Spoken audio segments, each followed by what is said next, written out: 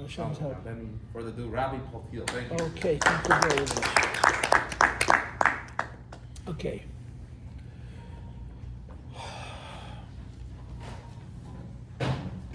I guess there's 2 points. The first point is the story of Yud-Beis Tammuz, what happened. And the second is why we're still talking about it. It happened 97 years ago. In 1927. That was 2024.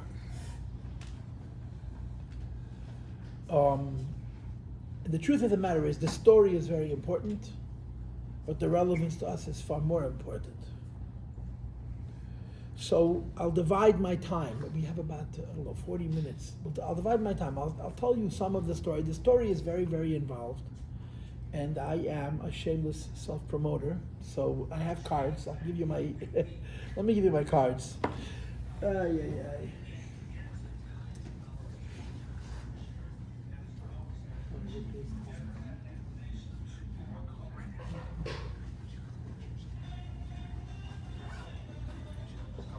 This is what I do for a living. This is my business right here. Inside Chassidus.org. If you don't know who I am, please take a card. Check me out.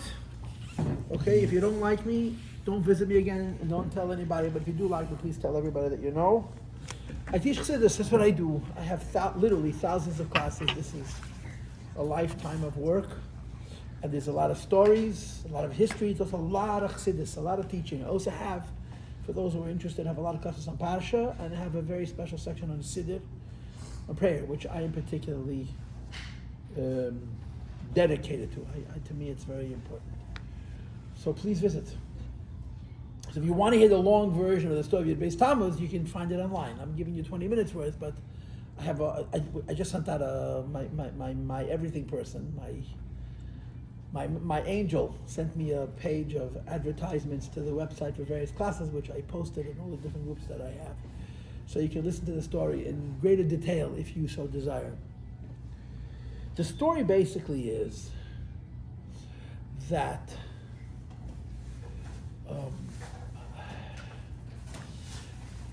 Yiddishkeit in Russia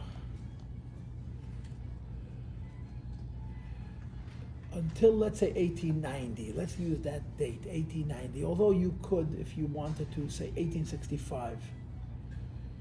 But let's say till 1890, it was thriving. Jews were very poor. They were really materially very, very poor. But they were spiritually very, very rich. They lived, for the most part, shtetl lives, simple lives. They were not rich at all. They had very little money, but they had very meaningful lives. And of course, amongst them, there were many Talmidei Chachamim. The brightest and the best went to the best yeshivas in the world. Bar none were in Russia. And in Russia, in Tsarist Russia, some of the greatest minds of Torah of the last 2 centuries or 3 centuries lived and learned and taught. Now, the winds of change had been blowing for a long time. And there's a number of undercurrents that explain those changes. But as far as Jews are concerned, it was anti-Semitism. The Russian government, the Tsarist Russian government, was not only anti-Semitic. It used anti-Semitism as a politique. Whenever the citizens of Russia would not happy with the government, they'd arrange pogroms. It was a distraction technique. Instead of hating the government, they hate the Jews. And over the years, there were multiple pogroms where many, many, many Jews were killed. A lot of property was destroyed. And it made living in Russia very, very difficult. And it does explain why, beginning in the 1880s, Jews began to mass emigrate to the United States. And you may not be aware, but there was also what we would call today an aliyah. Many, many Jews went to Israel in the 1880s and 1890s. It was a reaction to the anti-Semitism. The numbers that I like to use as a means of giving you a concrete sense is this. Just think about the numbers, okay? In 1890, 5,650. 9 out of 10 Jews in the world was Orthodox. In 1940, 50 years later, 9 out of 10 Jews in the world was not Orthodox, was not from. that's unbelievably rapid. The decline of Jewish religiosity was so radical. It's impossible to fathom how quickly it happened. And then after the Second World War and the establishment of the State of Israel, Sephardic Jewry began to suffer similar effects because they had to move because they could no longer live in Arab countries. It's been a very difficult century and a half, let's just put it that way. If you know Jewish history, the last 150 years have not been so delightful. And things began to change. They changed first slowly, first quietly, and I guess the language that you would want to use is that from Jews, Orthodox Jews, were looking out. They were looking for solutions to the suffering in their life outside of Yiddishkeit.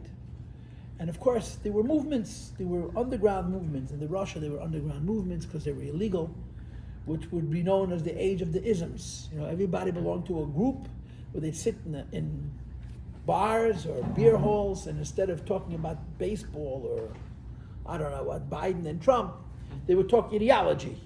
Some were anarchists and some were monarchists and some were Democrats and some were socialists and some were communists and some were Yiddishists and some were Zionists. They all had the same last name, Ism. The first name changed. And it was an age of revolution. It was an age of revolution.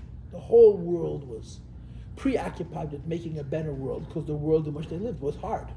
It's not so complicated. In other words, if we have the advantage of hindsight, when you look back at that period, you understand that period with greater objectivity than they could have seen it. All of the suffering came down to how are we going to make our lives better. And the beginning of that was beliefs. Beliefs. This ideology. Each ideology was offering hope. And many, many, many Jews were swept away by these isms. They were looking for their lives to become easier. They're looking for their lives to become safer. And they were also looking for their lives to become more comfortable, not so impoverished. Now, in Russia, so of course, this revolution happened in the whole world, but in Russia, it was the Communist Revolution, which took place in 1917, where an extreme group of socialists, which we call communists or Bolsheviks, took over the government and they asserted themselves on Russia. There was, as you may be aware, a civil war which went on for about 4 years, from 1918 to 1922. During that civil war, as was the case in each earlier occasion when there was unrest in Russia, many, many Jews were killed in pogroms, not as soldiers. They were just killed in pogroms because there were these 3 different factions fighting over Russia. The one thing they agreed to was that they all hated Jews. It was a very, very difficult time. And the Soviets finally consolidated their power around 1922. Lenin was the first leader of the Soviet Union, as I'm sure you know, who was followed by Stalin and Bolshevik, and they began to assert their philosophy, their ideology, their hope, their belief. Now, communism is an economic system. It's a redistribution of wealth taken to its extreme. That's what communism is, right? Everything belongs to the state, and the state, quote unquote, divides everything equitably, although equity apparently also has levels. It's not exactly equal, but that was the philosophy. Ideologically, it's a wonderful idea, right? For us all to share all the wealth sounds like a great idea. Practically, it's untenable. Can't work. Why? Because if you take away from people incentive and motivation and competition, nobody works. And that's what happened in the Soviet Union.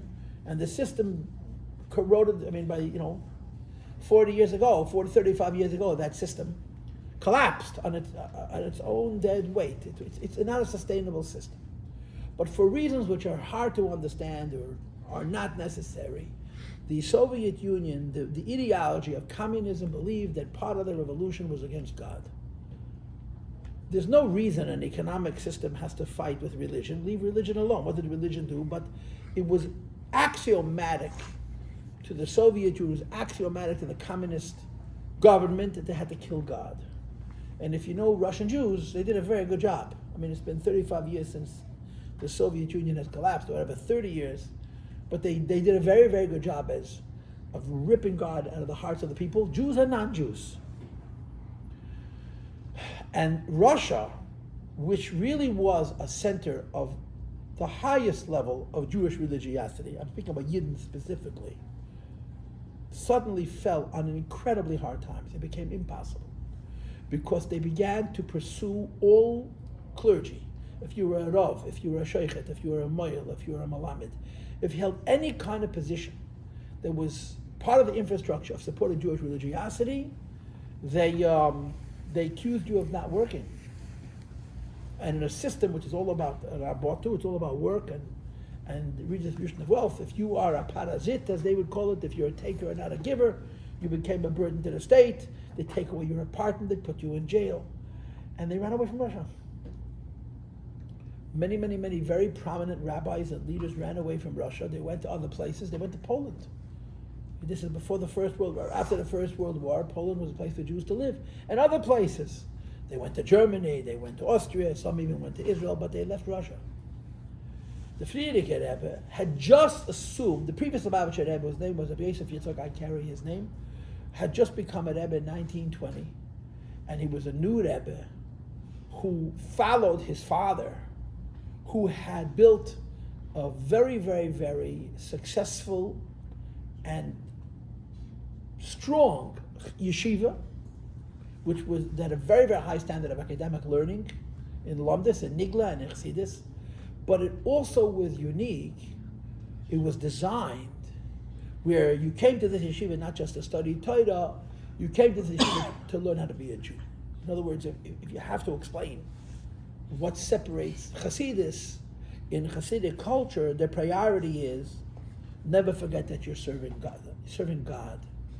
And in the Lubavitch Yeshiva, Time Chetmimim, that was very, very important. The kids who studied in that school were very intelligent.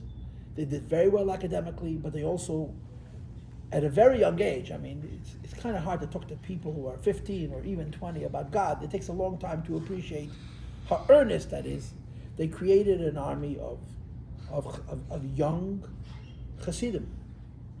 When the previous Rebbe became Rebbe, and the Civil War was over, and the communists began to consolidate their power, they went after religion. All religions, the Eastern Church, the Greek Orthodox Church, they went after the Muslims, although the Muslims were less cooperative, they fought back. The Muslims were in Asiatic Russia rather than in European Russia. And they went after the Jews. And a lot of Jews capitulated. The Frierdiker Rebbe writes in his letters that I became the head of the movement to fight for Yiddishkeit in Russia because there was a vacuum. Many other Gedolei Yisrael, great Rabbonim and Rosh Yeshivas and Tzaddikim left. And the Frierdiker Rebbe undertook to fight for Yiddishkeit. Now, what you have to understand about that fight is two things.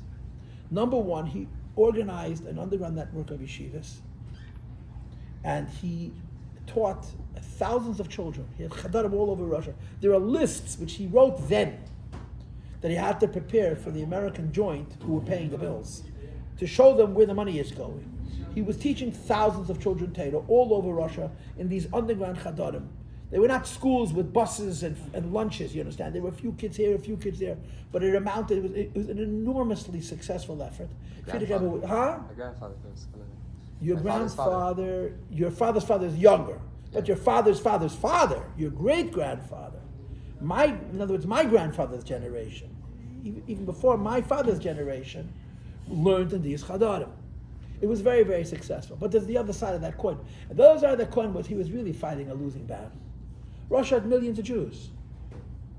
Millions of Jews.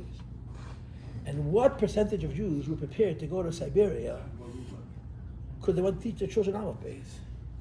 What percentage of Jews were prepared to lose their apartment because they wouldn't work Shabbos? Now, again, as recently as 1890, that means 20 years before, the vast majority of these people were frum. But there was so much difficulty, so much pain, so much suffering, so much poverty, so much anti-Semitism. And then there was this, that Jewish people very, very quickly, relatively speaking, they couldn't afford to keep Shabbos. They was losing their home. They couldn't afford to send the children to a Jewish school. They take their children away from them.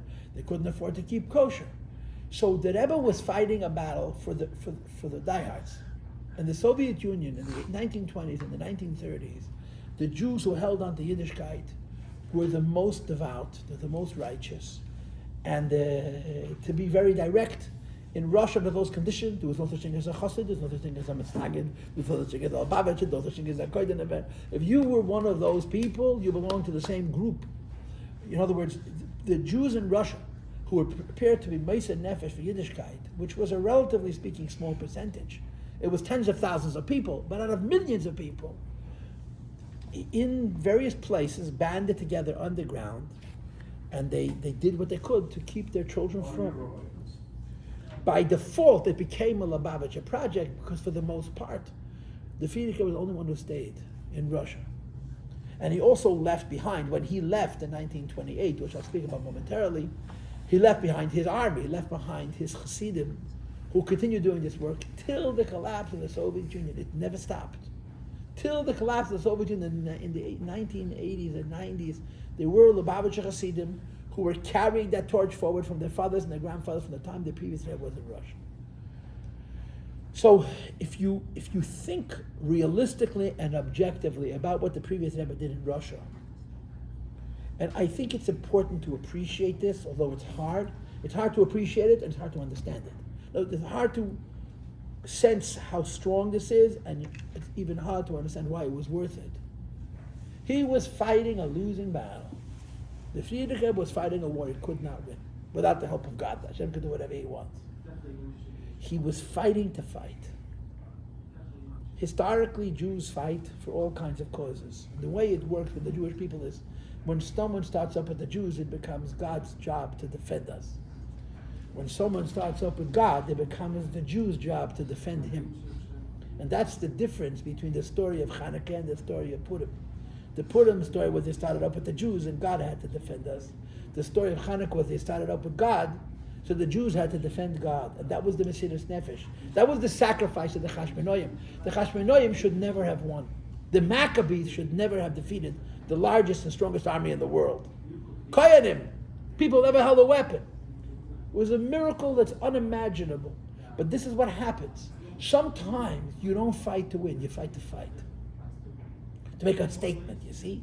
And this is called Kiddush Hashem.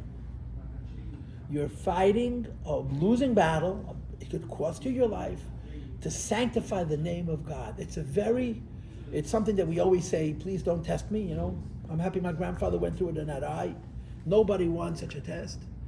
But it brings out of people a determination and a strength it's super rational. It doesn't make any sense. I'll just give you an example. My father lived in Moscow with a sister and a brother, and his father. My father's mother died when my father was 2 years old. So my father's father, whose name was Paltiel, was raising 3 children alone in Moscow, working for the central bank of the Soviet Union, going to shul on Shabbos. He did everything in his power to teach his children about Yiddishkeit. But he had no delusions. In other words, his kids were going to get bigger. And what options did they have?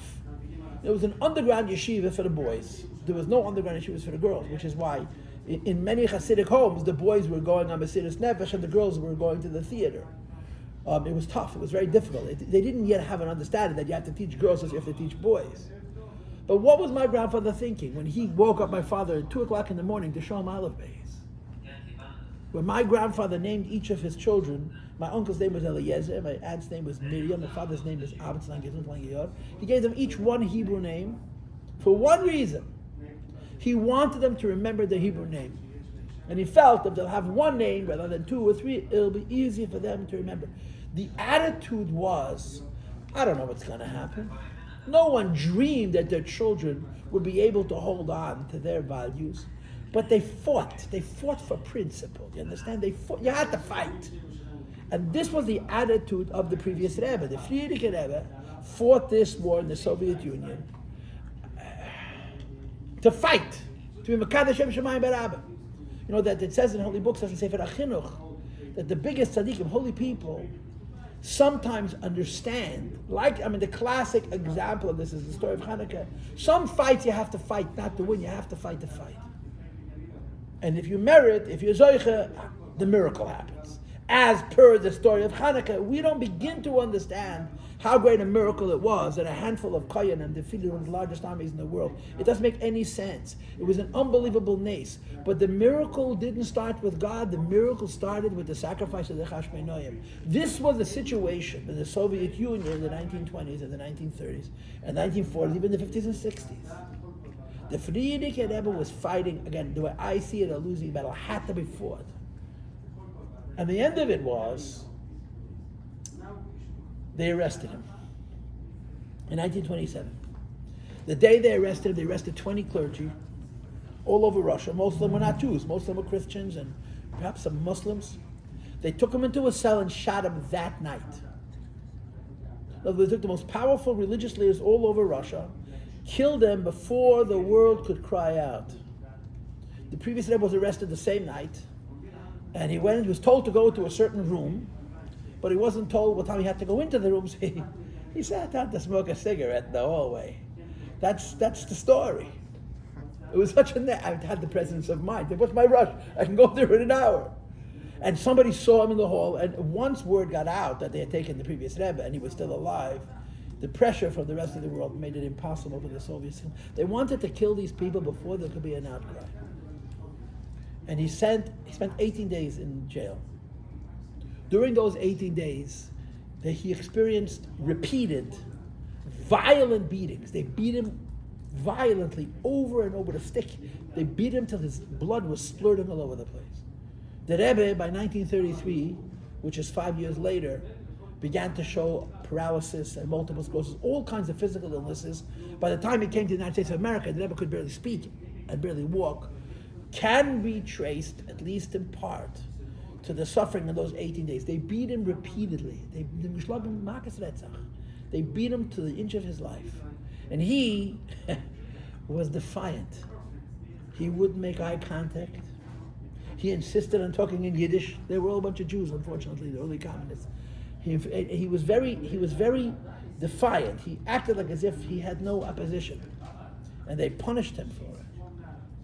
Anyway, they had no choice but to let him leave because of the pressure from the world, because word got out.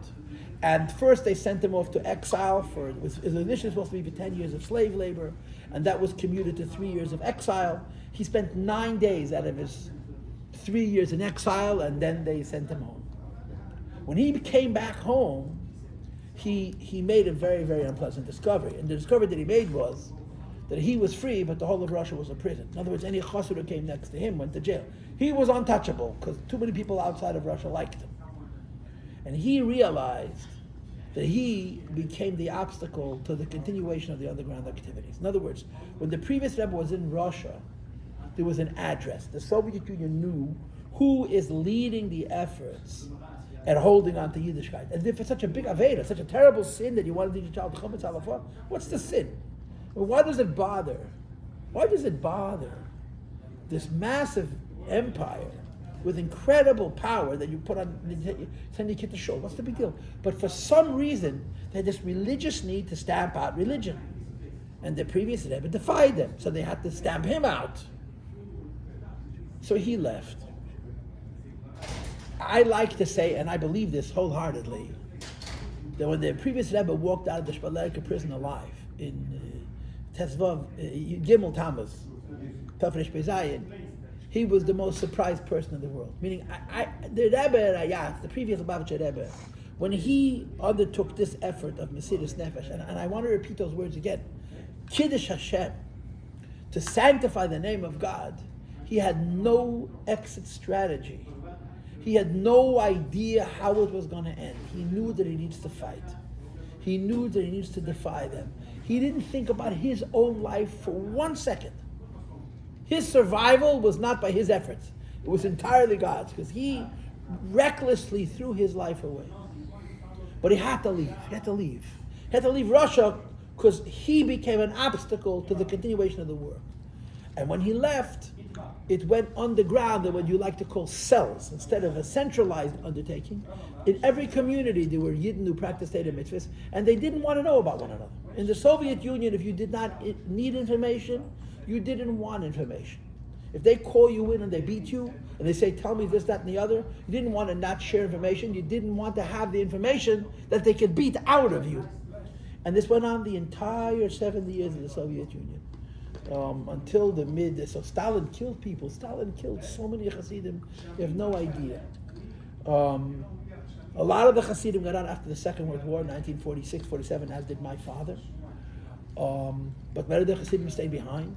His father's father came out of Russia in the 70s, late 60s. And the work never stopped.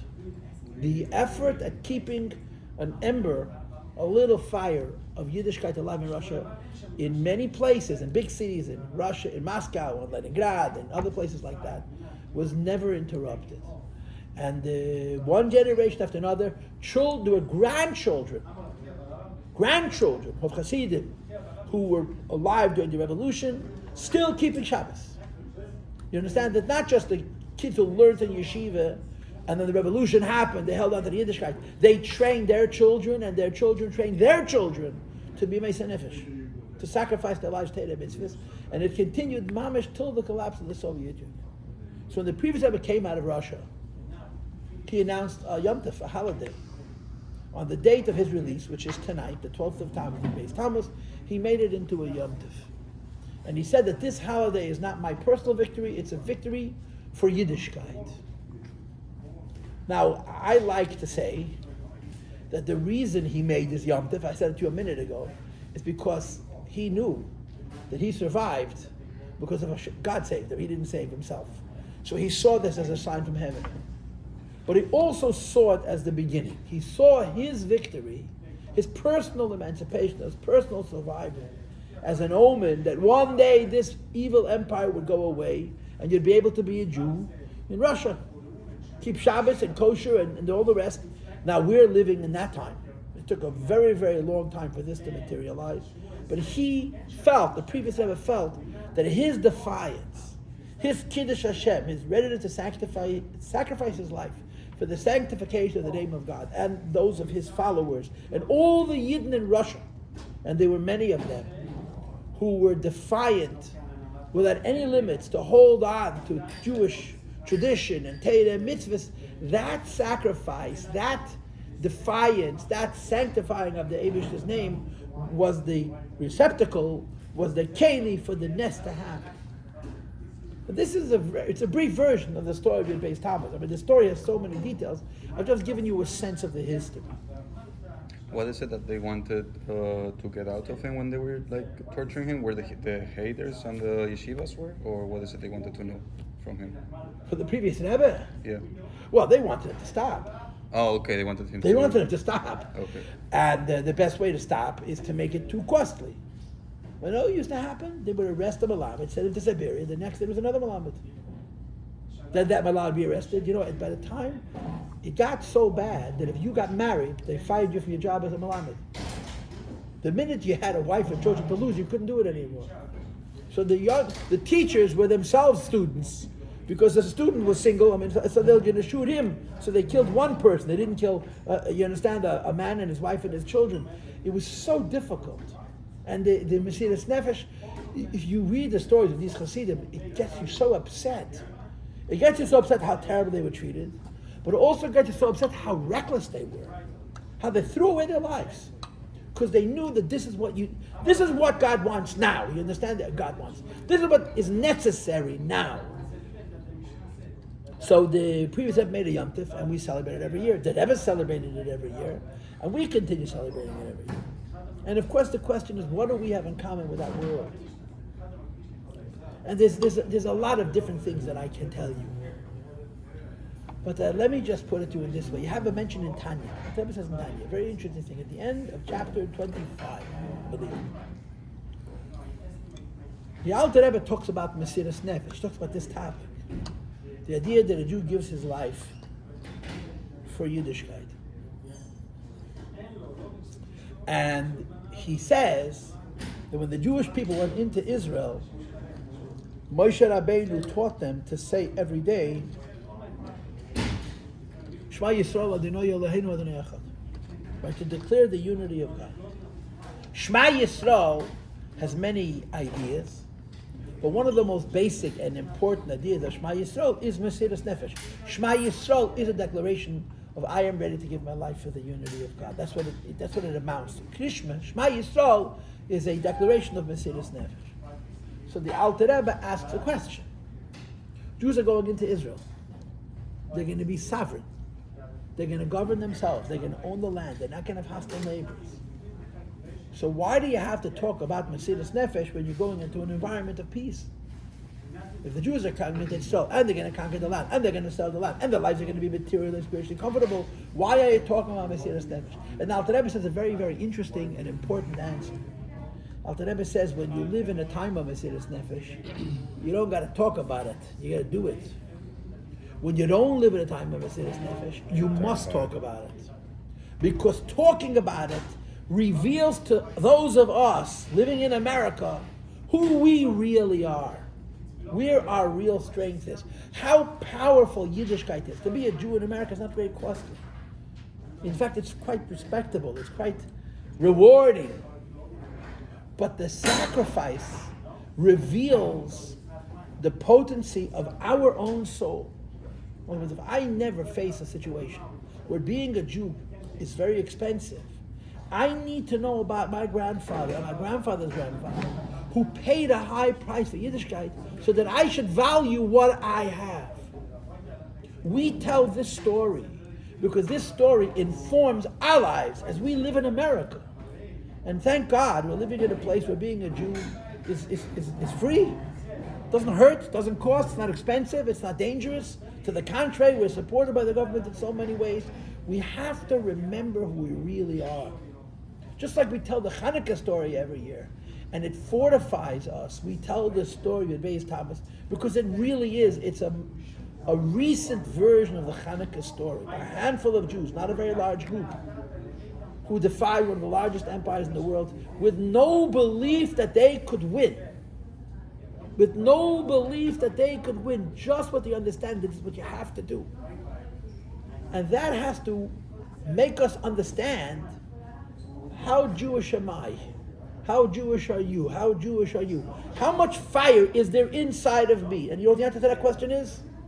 I never want to know. I don't want to know. I don't want to be tested and have to go so deep to find that strength. But I need to know that this is there.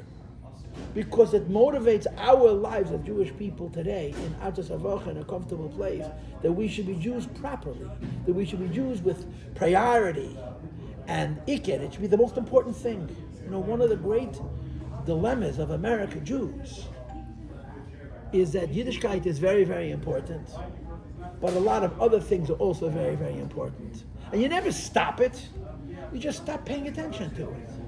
You know, what do you invest most of yourself in? And the answer to that question is what you value the most. Now, when someone is going to kill you for Shabbos, somehow Shabbos becomes very valuable. But if Shabbos becomes something that takes no effort, you can stop thinking about Shabbos. And slowly, very, very slowly, becomes less meaningful and less meaningful. And you don't really stop doing it, it just loses its energy. This is why this day is important to us, not just as a historic event, but as a message, as a lesson in our lives. It's the lesson of what is a Jew and what is Judaism. We're the next generation. We live in a different world. We have different tests. And in some ways our tests are more difficult than their tests in terms of the temptation, in terms of the assimilation. We need to draw strength from their example and translate that into our version to be passionate Jews. And that's why we have this celebration, 97 years on. We celebrate Yud-Beis Tammuz. Okay? Now we have to daven mincha. 22 is mincha. Yeah? Okay, so if someone wants to ask a question until they say Ashrei, you can ask a question. But when they say, I didn't daven mincha yet, so I didn't daven, go ahead. You said you don't want to see. At the same time, you said that we have to translate, and we have to live somehow translate into these days. Kostas Lamoy, my friend. Right. Exactly. I'm saying like, so what? You're saying you don't want to see, but at the same time, we have to see. You want the energy, but you don't want the pain and the suffering. Okay. Yeah? Okay, that was an insight. I did a pretty good job. Great. My point is, I said that there's so much to say, and the hardest part of giving such a talk is what to say and what not to say. I said enough to give you a picture, but I didn't say too much, and it went on for 2 hours. You had? Yeah, in the same way, or maybe in a similar way, that a person who didn't grow up with a king maybe can't understand what it's like to live under a king. So an American, it's very hard to understand what it was like to live under a Soviet regime. Right. Is there something you would suggest for us? Maybe we could read from the Friedrich Rebbe or from the Rebbe himself about the Friedrich Rebbe's experiences that could help us try to. Well, there's a book in Hebrew that's called the History of Chabad of the Soviet Russia. It's a whole book that gives you a timeline and a brief history of all the different places and all the different times and all the different sacrifices. If you read the previous Rebbe's letters, I don't know how many of them were translated into English between the years of 1920 and 1927. You read his talks that he spoke in those years and his Maimorim. When you read the Rebbe's Fabrengens, our Rebbe's Fabrengens that he would speak on this occasion, it's not just history, it's also spirit. It's the spirit of the history. It's the power of the history that's really most important. I mean, I remember my father was born in Moscow. So for me, this is not a story that I heard about other people. I grew up with this. My father left Russia, he was 8. But he experienced the Soviet Union in all of its wrath. He really did. And to this day, it's part of who he is. But there's so many svarim written on this. I don't know how many. Some of them. And we can find some more on English. InsideChassidus.org. So inside Chassidus, you have tons of material. I just tell a lot of stories. But if you want to read books, any book written by any Jew who came from Russia that's translated into English, and quite a few of them are. You know, I have a great book for you to read. Okay, there's a book called Samarkand. Samarkand, huh? What's it called? Samarkand. That's a city in Asia. So the book is in Yiddish and in Hebrew and in English and in French and in German, much languages. What makes the Samarkand special is that it wasn't written by the first generation. The person who wrote Samarkand is still alive. I know him, I daven with him. And it's his experience. He was born in 1940, beginning of the Second World War. And he came out of Russia in 1970. He got married in Russia, children are Russian. And they fought for Yiddishkeit, even though they didn't have a background. His father learned at Tam Chapim. His father learned in yeshiva before the revolution. So his father had an experience of, quote, normal Yiddishkeit as the foundation that he could fall back on. All he knew was Mesiras Nefesh. And he was from his whole life. What's the name of the author? Hillel Zaltzman. Hilke Zaltzman. I'm going to memorize. Google it. It's a wonderful read. And he's describing the second generation. I'm talking about the first generation. First generation had it much worse because Stalin just shot people. He just boom, boom, boom. He just killed people. The next generation, they didn't kill you, but they frightened you. They intimidated you. They made you feel very, very afraid. Thank you so much, Rabbi. You're welcome so much. Yeshiva Torah Ohr of North Miami Beach.